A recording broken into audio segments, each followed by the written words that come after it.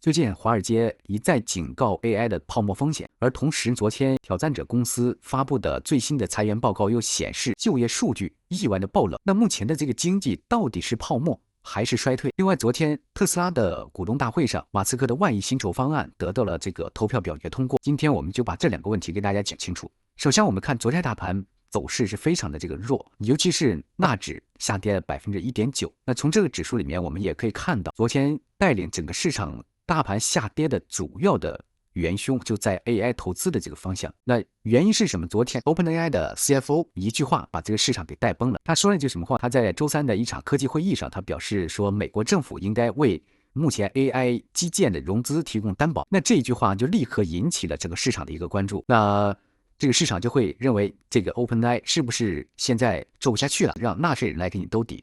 那这一句话就让大家又联想到了最近华尔街一再提到的这种泡沫风险，从而引发了整个市场的恐慌情绪，导致一个兑现盘不断的涌出，那最终也是导致指数大幅度下跌。